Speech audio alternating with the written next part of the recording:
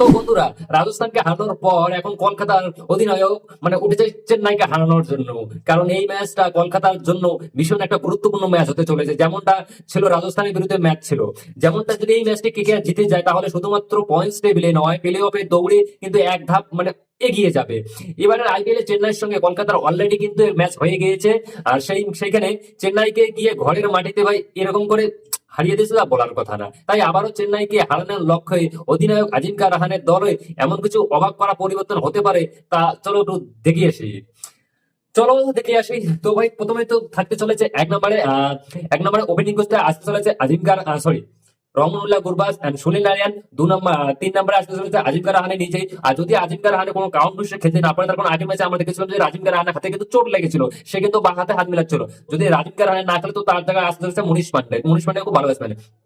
এবার তোমার 4 নম্বরে আসতে চলেছে, 4 নম্বরে আঙ্কেল রঘুবংশী আসতে চলেছে। এবার 5 নম্বরে রাসেল আসতে চলেছে। এবার ওরা ডিপেন্ড করবে সিচুয়েশন নম্বর। হ্যাঁ, পাঁচ নম্বর হয়তো 4 নম্বরে রাসেলও আসতে পারে, 5 নম্বরে আঙ্কেল রঘুবংশী আসতে পারে, সেটা পজিশন হিসেবে ডিপেন্ড হবে। তো রাসেল, আঙ্কেল রঘুবংশী, আর তারপরে রিঙ্কু সিং, ভেঙ্কটেশ আইয়ার হয়ে গেল। তারপর তোমাদের আসছে বরুণ চক্রবর্তী, হর্ষিত রানা, ব্যাপক অরুণা, বাস। আর যদি আরেকজনকে আমরা নিতে চাই, সেটা নিতে পারি হয়তো চেতন সাকারিয়া, নাহলে অনুকূল রায়কে। তার কারণ অনুকূল রায় এর আগে ম্যাচে ভালো বল করেছিল।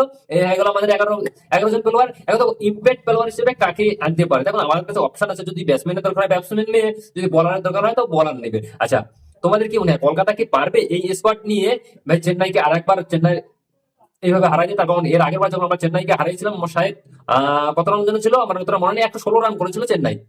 শুধুমাত্র 116 রানে কিন্তু চেন্নাই প্যাকেট হয়ে গিয়েছিল।